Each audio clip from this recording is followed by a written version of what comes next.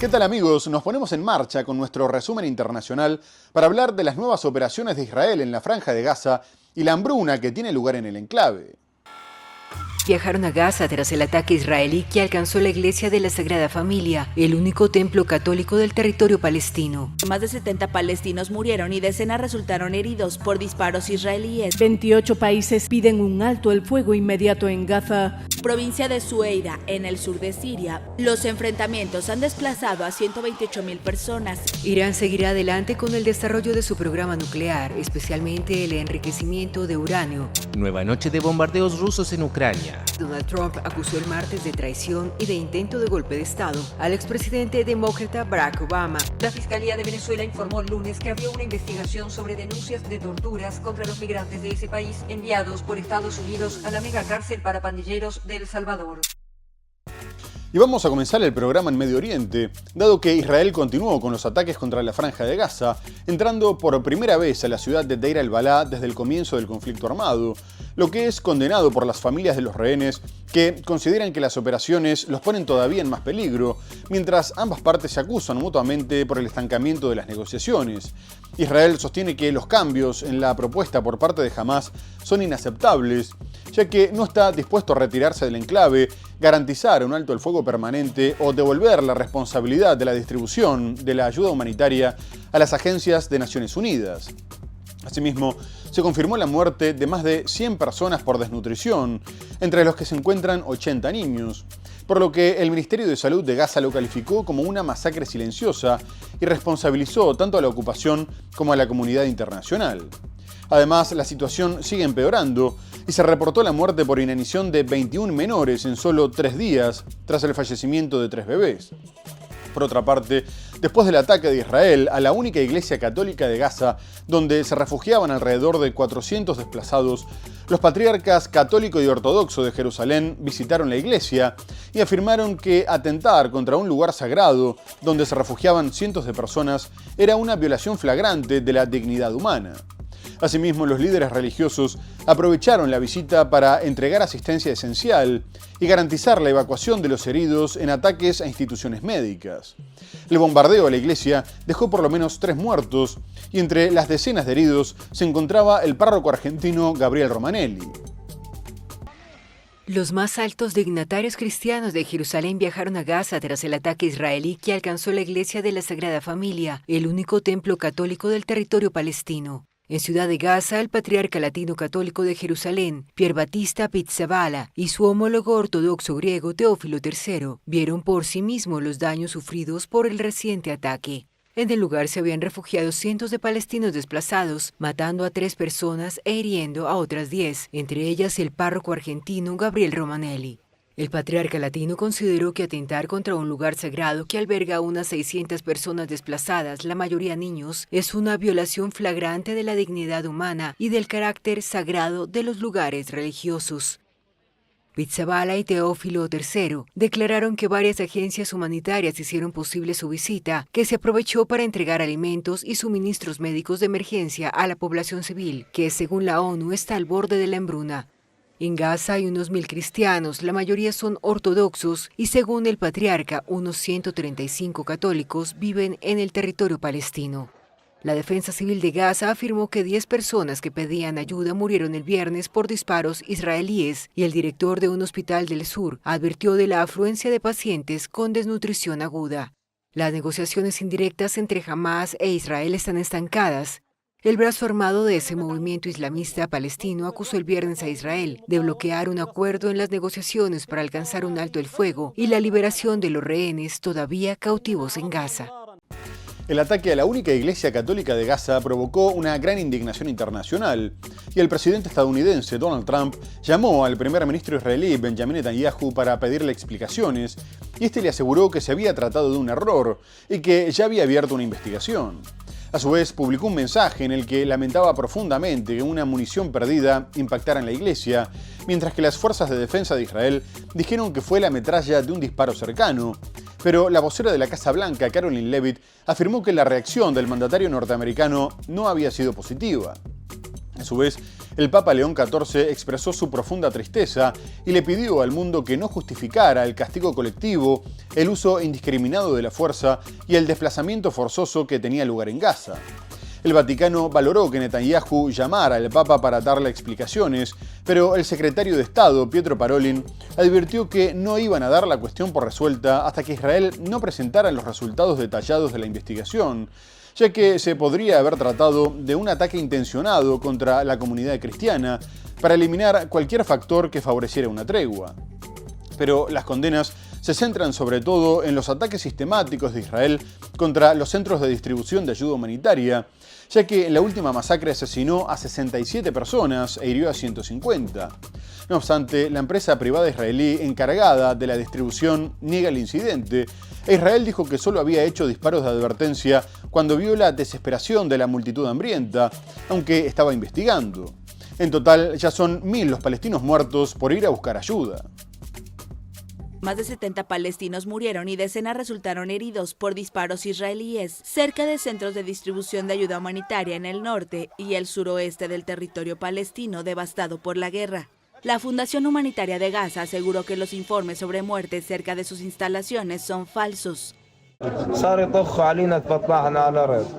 Empezaron a dispararnos y nos tumbamos en el suelo, llegaron tanques y vehículos militares. Los soldados bajaron de ellos y empezaron a disparar a la gente que estaba en el suelo. Luego se retiraron y empezamos a revisarnos y había unos 20 mártires. Consultado por la France Press, el ejército israelí indicó que había identificado a sospechosos en la zona de Rafah, que se acercaron a los soldados. Al no acceder a los pedidos de abandonar el lugar, los militares abrieron fuego a modo de advertencia. Los militares responsables admitieron haber recibido reportes de víctimas durante el incidente, que según señalaron se produjo en la noche a aproximadamente 1 kilómetro del centro de ayuda, cerrado entonces. La Fundación Humanitaria de Gaza comenzó a operar en el enclave a finales de mayo, tras 2 meses y medio de bloqueo impuesto por Israel a la entrada de toda ayuda humanitaria, pese a las advertencias sobre un riesgo inminente de hambruna. Naciones Unidas y las principales organizaciones de ayuda se han negado a trabajar en la fundación, alegando que sirve a objetivos militares israelíes y viola principios humanitarios básicos. Y en medio del bloqueo y la trampa de los centros de distribución, el director del Hospital Al-Shifa comunicó que más del 90% de la población de Gaza estaba sufriendo desnutrición severa y que los hospitales estaban llenos de pacientes por este motivo. Y la Agencia de Naciones Unidas para los Refugiados Palestinos dijo que incluso sus empleados se estaban desmayando del hambre. A su vez, el alto comisionado de Naciones Unidas para los Derechos Humanos, Volker Turk, condenó las nuevas órdenes de evacuación para el centro de la franja, después de que Israel decidiera lanzar por primera vez una operación terrestre contra Deir el-Balá, y afirmó que el desplazamiento constante de la población era un crimen de guerra y que en algunos casos podría llegar incluso a ser un crimen de lesa humanidad. Y a las críticas de Naciones Unidas se sumó también su secretario general, Antonio Guterres, que expresó su consternación por el hecho de que las últimas vías de subsistencia para los gazatíes se estuvieran desmoronando rápidamente, al tiempo que denunció la violencia que tenía lugar contra las personas que intentaban conseguir alimentos para sus familias. A su vez, agregó que las órdenes de evacuación en Deir el-Balá exponían a la población a condiciones todavía más desesperadas, ya que limitaban considerablemente la capacidad del organismo para brindar ayuda vital, aunque confirmó que el personal permanecería en la ciudad. Por último, denunció que 2 de sus casas de huéspedes, que eran inviolables, habían sido atacadas, a pesar de que le habían informado al ejército israelí sobre su ubicación, y reiteró su pedido para un alto al fuego inmediato.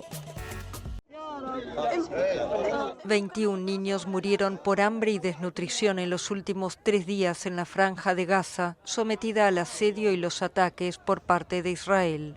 La cifra fue informada el martes por el jefe del hospital más grande de la ciudad de Gaza, el complejo médico Al-Shifa.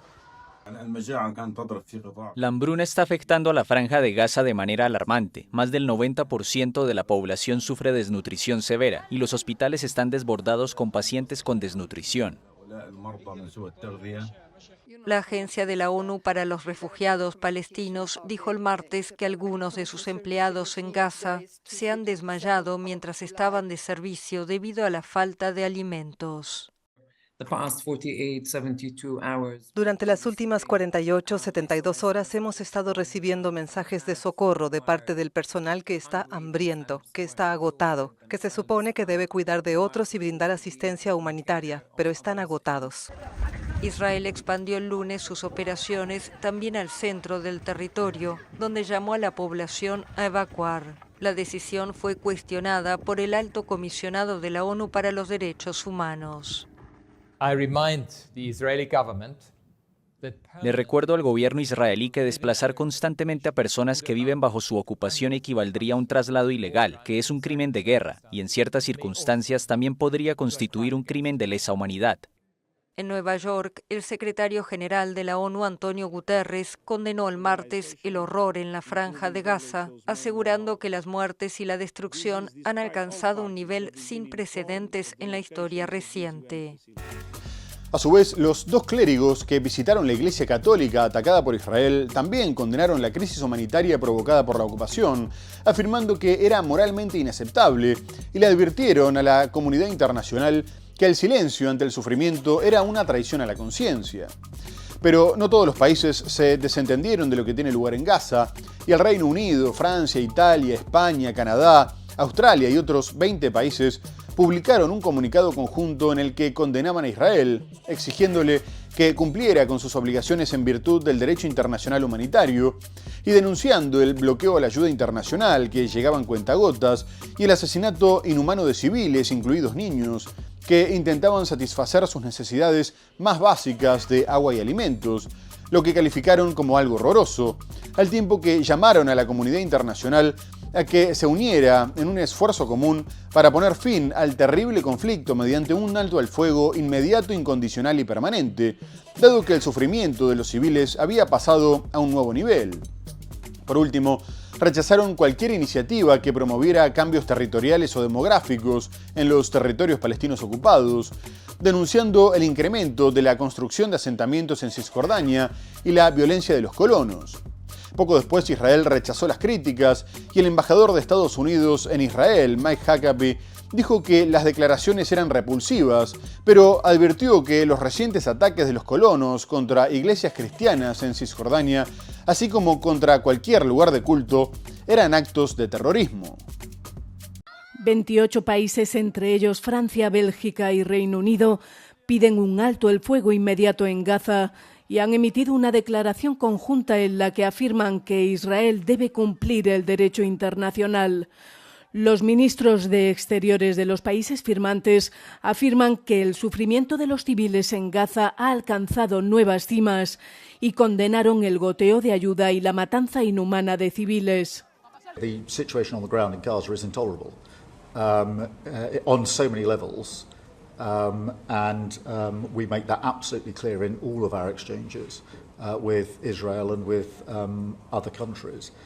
Whether that's the deaths for those that are queuing for aid, whether it's the plans to force Palestinians to live in certain areas or excluded from certain areas, they're all intolerable. La población en Gaza se encuentra en una situación humanitaria catastrófica y depende ahora principalmente de la limitada ayuda que se permite en el territorio. Los firmantes piden un alto el fuego inmediato y añaden que están dispuestos a tomar medidas para apoyar una vía política hacia la paz en la región. Tanto Israel como Estados Unidos rechazaron las críticas. El Ministerio de Exteriores israelí dijo que estaban desconectadas de la realidad y envían un mensaje equivocado a Hamás. Por otra parte, Israel había celebrado el alto el fuego con el gobierno sirio después de haber atacado las columnas de blindados y las tropas que habían intentado intervenir en el conflicto entre los drusos y combatientes beduinos aliados al gobierno, que tenían lugar en la ciudad de Sueida, y tras bombardear el Ministerio de Defensa en Damasco. Israel había advertido que defendería a los drusos, muchos de los cuales están alistados en su ejército, y que consideraba el despliegue de tropas al sur de Siria como una amenaza. El mandatario sirio Ahmed al-Jarrah aceptó que sus fuerzas permanecieran al margen de los combates para evitar una guerra abierta con Israel e hizo un llamado a que las minorías construyeran una nueva identidad siria, al tiempo que agradeció el apoyo de Estados Unidos para controlar el nuevo brote de violencia y aseguró que habría justicia por los crímenes cometidos durante las hostilidades. Pero los enfrentamientos continuaron varias horas después del acuerdo, hasta que los beduinos aceptaron los términos y se retiraron de Sueida, que volvió a estar en manos de los drusos, aunque bajo una tensa calma. A su vez, el gobierno comunicó que desplegaría fuerzas de seguridad en la zona con el fin de garantizar la seguridad de los civiles, de la propiedad pública y privada, la retirada segura de los combatientes y la entrada de ayuda humanitaria, una medida aceptada por Israel en el acuerdo de tregua. Tras una semana de combates, se registraron más de 1.100 muertos, muchos de ellos civiles que fueron ejecutados, y hubo 128.000 desplazados. La provincia de Sueida, en el sur de Siria, volvió a una relativa calma el domingo, según una ONG y corresponsales de la France Press, tras una semana de violencia entre combatientes drusos y grupos rivales que dejó más de 1.100 muertos. Se encontraron 400 cadáveres en un hospital. El Observatorio Sirio de Derechos Humanos ha contabilizado 1.120 muertos desde el inicio de los enfrentamientos, que estallaron el 13 de julio entre beduinos, drusos y sunitas en la región de Sueida. El número de muertos incluye a 427 combatientes drusos y 298 civiles, así como 354 agentes de seguridad del gobierno y 21 beduinos sunitas. Los enfrentamientos han desplazado a 128.000 personas, según informó la Organización Internacional para las Migraciones. Desde la medianoche, Sueida ha estado relativamente tranquila, declaró el Observatorio Sirio, añadiendo que las fuerzas de seguridad habían bloqueado las carreteras que conducen a la provincia para impedir la llegada de combatientes de las fuerzas tribales. El gobierno anunció el fin de los combates en la ciudad. Un portavoz del Consejo Sirio de Tribus y Clanes confirmó a Al Jazeera que habían abandonado la ciudad en respuesta al llamado de la presidencia y a los términos del acuerdo. El presidente interino Ahmed al-Sharaa, quien asumió el poder tras derrocar al presidente Bashar al-Assad en diciembre, reafirmó el sábado su compromiso con la protección de las minorías. También destacó el importante papel de Estados Unidos, que ha confirmado su apoyo a Siria. Israel bombardeó posiciones gubernamentales en Sueida y Damasco. Y la tensión volvió a aumentar en torno a Irán, después de que su ministro de Exteriores, Abbas Araghchi, comunicara que reanudarían su programa nuclear, incluido el enriquecimiento de uranio. El canciller afirmó que si bien los ataques de Estados Unidos provocaron graves daños a las instalaciones de Fordo, Isfahán y Natanz, no podían renunciar al enriquecimiento porque era un logro de sus propios científicos y una cuestión de orgullo nacional. No obstante, llamó a Estados Unidos a encontrar una solución negociada, sosteniendo que si su objetivo era impedir que Irán tuviera armas nucleares, era algo factible, pero que no permitirían que los privaran del derecho a desarrollar su propia energía nuclear. Además, como un gesto de buena voluntad antes del comienzo de nuevas conversaciones, informó que no se opondrían a que se llevaran a cabo inspecciones en sus plantas nucleares, aunque el acceso del Organismo Internacional de la Energía Atómica tendría que ser analizado caso por caso. Poco antes, Donald Trump había dicho que ordenaría nuevas acciones militares si Teherán retomaba su programa, y tras las declaraciones de Araghchi, confirmó que lo harían de nuevo si fuera necesario. A su vez, el mandatario norteamericano había comunicado que tras los ataques estaba evaluando levantar las sanciones contra Irán, pero que lo había descartado después de escuchar consignas contra Estados Unidos. Y ahora Araghchi aclaró que no eran amenazas, sino que cuando decían muerte a Estados Unidos se referían a sus políticas hegemónicas. Asimismo, Irán tuvo una nueva ronda de conversaciones con los países del E3, Francia, Alemania y el Reino Unido, después de que estos amenazaran con reimponer las sanciones. Irán seguirá adelante con el desarrollo de su programa nuclear, especialmente el enriquecimiento de uranio, a pesar de los graves daños que sufrieron algunas de sus instalaciones por bombardeos estadounidenses. Durante el anuncio que fue hecho el lunes por el ministro iraní de Relaciones Exteriores, Abbas Araghchi, explicó que no pueden renunciar al enriquecimiento porque es un logro de sus propios científicos. Además, lo consideró como una cuestión de orgullo nacional.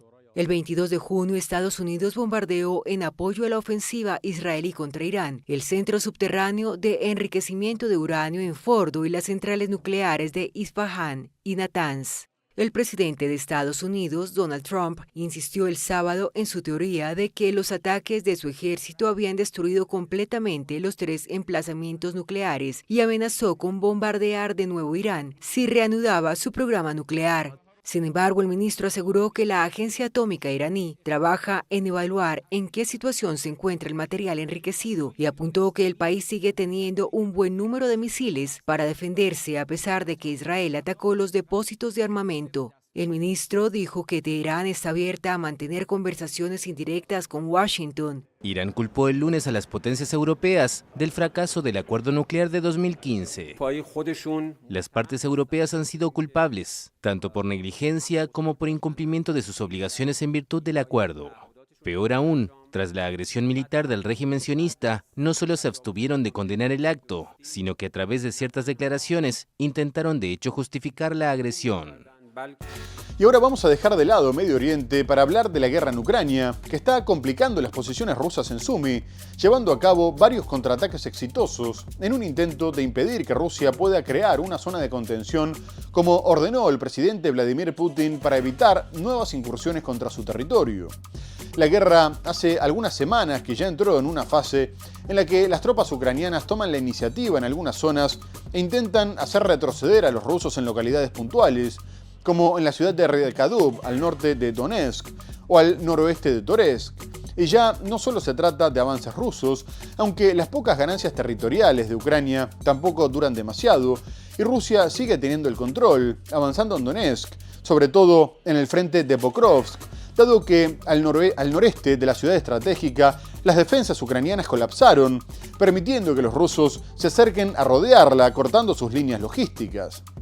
Además, grupos de reconocimiento ya pudieron entrar en la ciudad, aprovechando que varias unidades que la defendían tuvieron que ir a reforzar los flancos que se estaban desmoronando.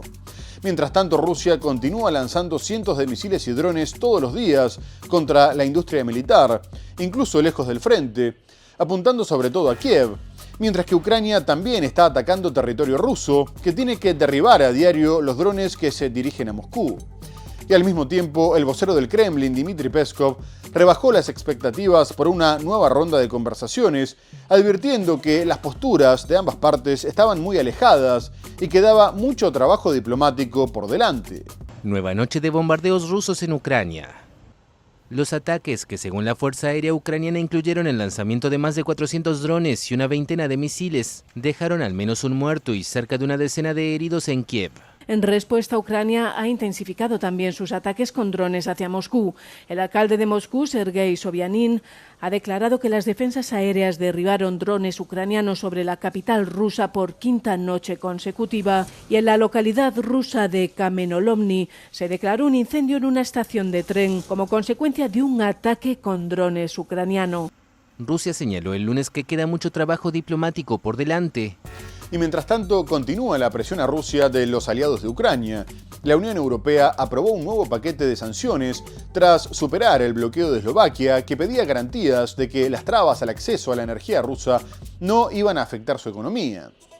De esta manera, el bloque estableció un precio máximo para el petróleo ruso, fijándolo en un 15% por debajo del valor medio del mercado, y prohibió todas las futuras transacciones a través de los gasoductos Nord Stream, cualquier compra de productos petrolíferos refinados y la actividad de otros 22 bancos rusos y más de un centenar de buques de la flota fantasma que le permiten a Rusia eludir las sanciones.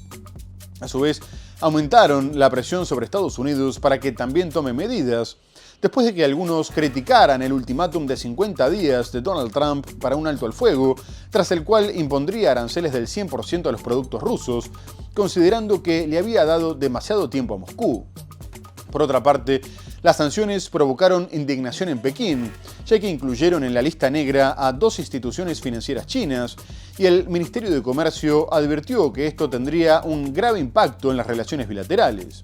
Asimismo, Estados Unidos acordó con Alemania la entrega de 5 sistemas Patriot para Ucrania, que servirían para interceptar misiles rusos en medio del aumento de bombardeos. Por su parte, el ministro de Defensa alemán, Boris Pistorius, le advirtió a Putin que cada vez aumentará más el costo del conflicto armado para él y que su maquinaria de guerra continuaría debilitándose, aunque se advierte que Rusia es mucho más fuerte ahora que al comienzo de la guerra. La Unión Europea acordó el viernes un nuevo paquete de sanciones contra Rusia por la invasión de Ucrania. Este conjunto de medidas, que incluye una reducción del precio máximo del petróleo ruso que puede ser exportado, fue adoptado con la esperanza de que Estados Unidos se sume próximamente, en una tentativa de forzar a Rusia a hacer concesiones y aceptar negociar el fin del conflicto. La única manera de poner fin a esta guerra, de que las partes vuelvan a sentarse a la mesa de negociaciones y de crear las condiciones para una paz justa y duradera en Europa, es aumentar fundamentalmente la presión sobre Rusia en el plano militar, continuando la entrega de armas a Ucrania, que se defiende valientemente, y en el plano económico mediante sanciones. Y este 18º paquete de sanciones es un gran paso adelante. El presidente ucraniano Volodymyr Zelensky aplaudió la decisión, a la que calificó de esencial y oportuna. Estos paquetes de sanciones comenzaron a ser adoptados poco después del inicio de la invasión rusa a Ucrania, y desde entonces el bloque ha sumado restricciones e insiste en su eficacia.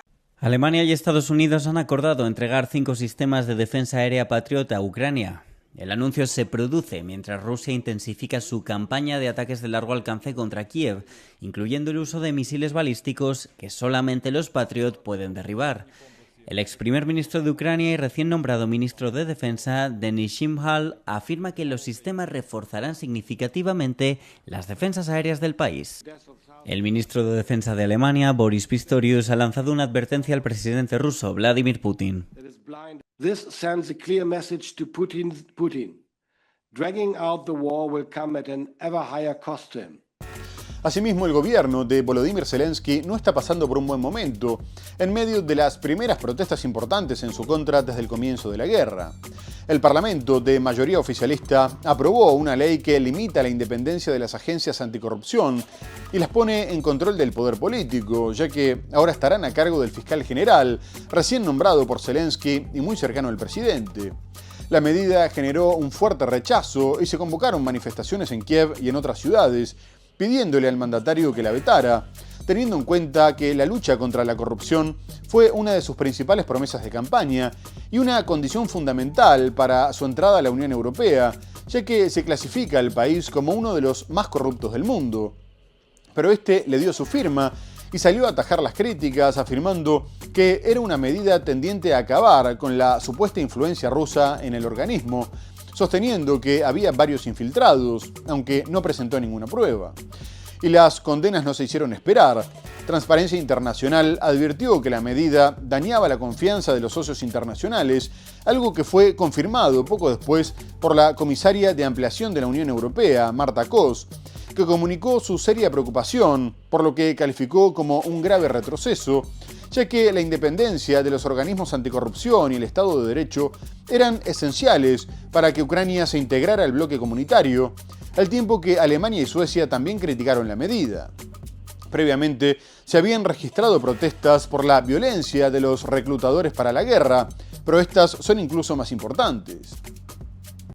En Ucrania, miles de personas se manifestaron en Kiev y otras ciudades para exigir al presidente Zelensky que vete una controvertida ley que, según sus detractores, pone en riesgo la independencia de los pilares de la lucha anticorrupción. El Parlamento ha aprobado un controvertido proyecto de ley que refuerza la supervisión de los 2 grandes organismos clave en la lucha contra la corrupción. La medida podría debilitar la independencia de estos organismos e incrementar la influencia política sobre las investigaciones. A pesar de la oposición pública, el presidente Zelensky ha firmado la ley. Transparencia Internacional criticó la medida diciendo que socava la reforma anterior y daña la confianza con los socios internacionales. El Parlamento ucraniano, con mayoría absoluta del partido de Zelensky, ha aprobado una ley que ahora dará el control de las investigaciones anticorrupción al fiscal general recientemente nombrado y muy próximo al presidente ucraniano, y se lo retira a las agencias independientes. El propio Zelensky lo justifica asegurando que esos organismos tienen influencia rusa y que deben ser, dice, limpiados. El fiscal también niega que las investigaciones vayan a perder independencia. La comisaria de Ampliación de la Unión Europea ha expresado su preocupación por la nueva ley. Considera que es un grave retroceso. Zelensky llegó a la presidencia en 2019 con la lucha contra la corrupción como pilar de su programa y a rebufo de las manifestaciones proeuropeas de 2014. Pero las dudas sobre su gestión, a pesar de la guerra, empiezan a crecer. Trump llegó a llamarle dictador en más de una ocasión. Muy bien amigos, tenemos que hacer una breve pausa comercial y enseguida regresamos a hablar de los ataques de Donald Trump al expresidente norteamericano Barack Obama, del intercambio de presos entre Estados Unidos y Venezuela y mucho más. No se vayan, ya volvemos.